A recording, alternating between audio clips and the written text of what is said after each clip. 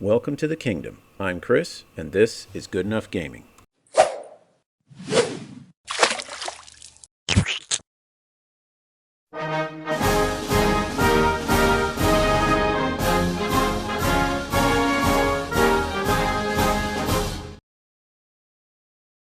Howdy folks, and welcome to this tutorial where we will be doing one of the easiest paint schemes in existence.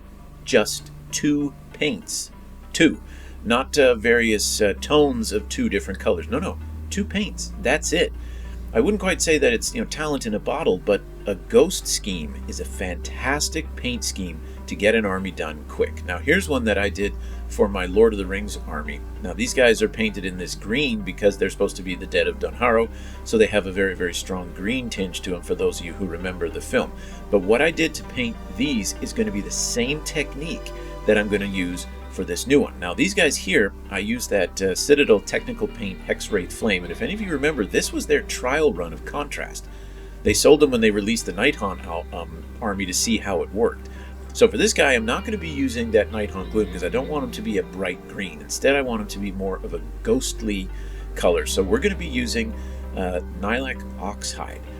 Now, if you don't have Nylak Oxhide, but you do have the contrast paint here, Athematic Blue, you could use this one as well. Either one's good. It has that kind of bluish green turquoise, very, very pale look to it. But we're going to use the Nylak Oxhide.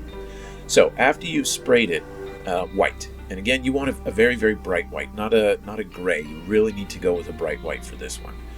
Very simple. Get your paint and give the guy back. The hardest part about doing this is just getting that brush into all those little nooks and crannies. You don't have to be really careful about it as long as everything gets covered and you have maybe a little bit more of it in recesses, deeper areas, but just cover the thing. That's it.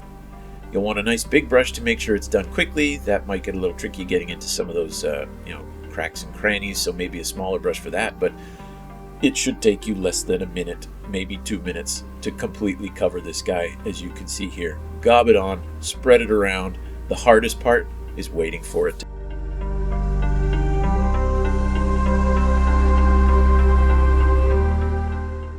When you think you've got it, give it a nice spin around, make sure you can see everything covered, none of the whites really sticking out. This stuff does take a while to dry, so batch paint. By the time you finish the 10th one, the first one should be dry. So here it is when it's dry. You could conceivably base it, put it on the table, and you're done. And it still looks good, don't you think? That definitely looks like a spectral ghost warrior. Here it is side by side with the other one to show you the comparison. I'll bet you could get away with any very light, almost pastel color. It just depends on what color you want your ghost.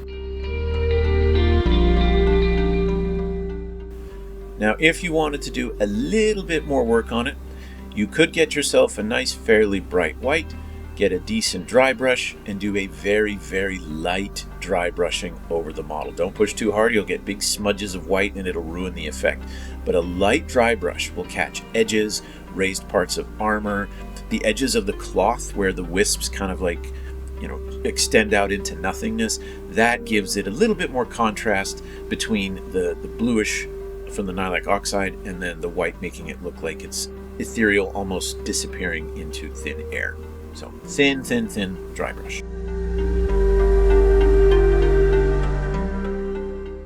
So believe it or not, folks, that's it. We're done. This bad boy is ready for the table after basing. I think this is a fantastic scheme because you could conceivably paint any army, especially in a fantasy setting. Any army. It doesn't have to be undead. You could do an army of dead dwarf ghosts, human ghosts, elf ghosts.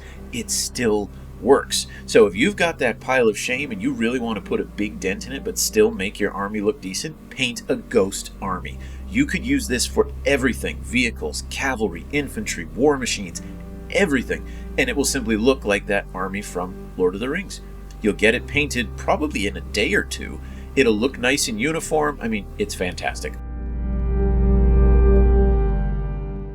Now here it is after I've based it. I had to transition it. It couldn't be in that hold because I had to paint the edge of the base, and I wasn't going to be able to do that in that previous model holder. But once you add that darker color, and I'd add a very dark color, don't do sand or snow or something like, do something very, very contrasting. A dark brown, black, lava, something to contrast the very, very bright white.